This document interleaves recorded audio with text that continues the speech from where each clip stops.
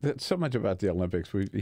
That's the good and the bad, right? I mean, it's a lot of money that these countries spend. A lot of money. Do they get anything for it? No. Really?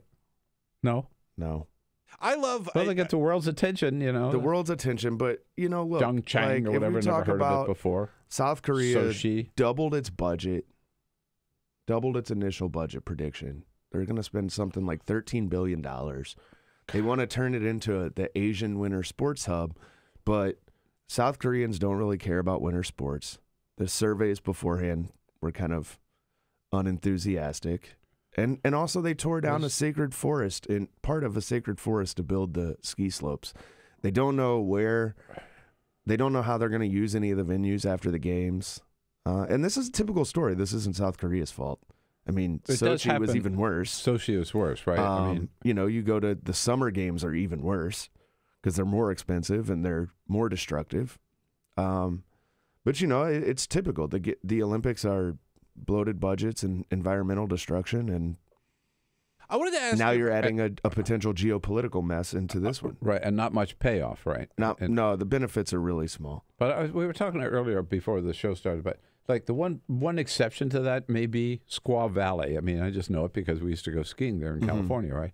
I mean, it was the Winter Olympics, and it sort of put Squaw Valley on the map. I mean, it's a great mountain, and it still is a major ski resort in California. You have the aspects of like Salt Lake City where they basically moved the American Olympic program there, even though those Olympics were massively corrupt. Mitt Romney? Until Mitt Romney came in and saved them. Right. Saved them to the extent you can save an Olympics. But, for the most part, I mean, they're going to South Korea is going to tear down their Olympic stadium. Because? They don't have anything to use it for. Wow. So they built a stadium that they're going to host the opening ceremonies and closing ceremonies for the Olympics and Paralympics, and then it's going to be gone. I can't think of anything more unnecessary and wasteful. Right, just for the ceremonies, right? Yeah. Which, and the opening ceremony didn't take place until like 2.5 days into the Olympics. We could have just not done it. Right. Well, no one's going to miss the ceremony. I want to ask you about, if I can, the difference between doing the Olympics in a place like Pyeongchang or Sochi, or a relatively, not unknown, but a lesser known sports hub, as opposed to like we saw London or Rio, where you've got an established city that sort of builds all these things for the Olympics. What happens to those cities afterwards? What happens to those places? Or why not go back to some of the ones that have done it, like L.A. where they've got it's hard, right? So the Winter Games and the Summer Games are different beasts. Yeah. But if you look at Rio, which, yes, is an established city, they went way over budget. Their economy collapsed before the games, which hurt them even more. Most of the venues are already obsolete. They basically ruined one of the greatest sporting stadiums in the world, which is the Maracanã, the national soccer stadium that they privatized and is now in a state of ruin because the private companies and the government don't have any money to maintain it. And then the other legacies of Rio are the security, they failed to clean up Guanabara Bay, which was a huge supposed legacy of those games. They've had a massive violence outbreak because they don't have money to pay cops. The programs they put in place for security were bad from the start.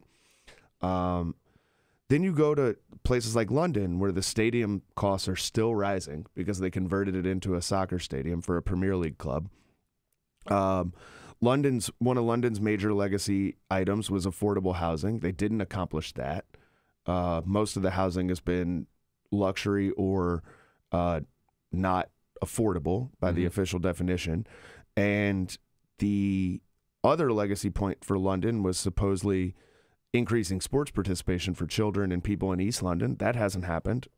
Sports participation rates are basically the same. Every promise they make tends to be empty. Yeah. And the best way to look at the Olympics, and the Winter Olympics are less so on this, but the Olympics are mostly a development scheme. They're a development and advertising scheme. For the organizers, for the big companies, for big developers and governments, they're a way to redo a city the way you want to seize land and, put in pricey development in neighborhoods that weren't developed. For advertisers, be it Coca-Cola, NBC, whoever, it's a chance to showcase your brand to the world. Right. The sports in the Olympics are, while that's what, all of us like to watch, those are mostly tangential to the actual point. They're just using them to make their thing. cover.